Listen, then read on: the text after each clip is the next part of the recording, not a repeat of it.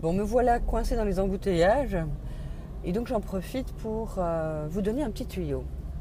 J'ai remarqué chez beaucoup de personnes qui utilisent un iPhone ou bien une tablette, j'ai remarqué que souvent, au bout d'un certain temps, on a téléchargé pas mal d'applications et on finit par avoir plusieurs pages avec des icônes pour toutes ces applications. Et c'est pas du tout organisé. Donc on perd beaucoup de temps à chercher mon application Facebook, Messenger, où est mon Skype.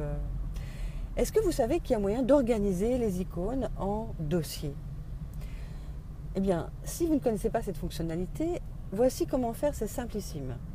Si par exemple vous voulez faire un dossier réseaux sociaux, eh bien vous attrapez l'icône de Twitter et vous repérez l'icône de Facebook, vous allez tenir votre doigt sur l'icône d'une des deux, jusqu'à ce que, vous savez, les icônes se mettent à trembloter comme ça.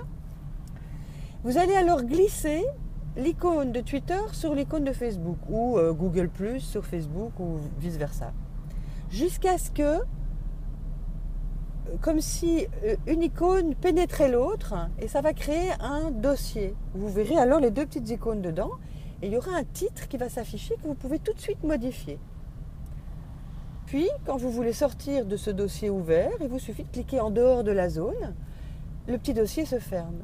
Et vous pouvez créer comme ça, à l'infini, autant de catégories d'applications que vous voulez, pour en arriver à la limite, en quelque sorte, à avoir une seule ou deux pages grand maximum de dossiers avec des icônes dedans, qui vous permet, par exemple, quand vous êtes en voiture, de n'avoir pas à faire tourner des pages et des pages et à chercher où est-ce qu'elle est l'icône, machin, truc, pour envoyer tel message ou ouvrir Safari. Voilà.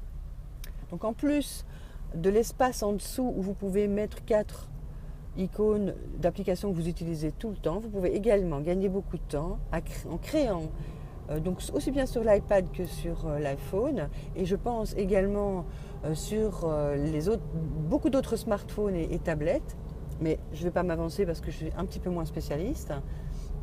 Mais donc vous pouvez très facilement vous organiser comme cela. Donnez-moi votre avis sur ces petites astuces. N'hésitez pas à en demander d'autres si vous avez besoin de solutionner un problème qui vous casse les pieds.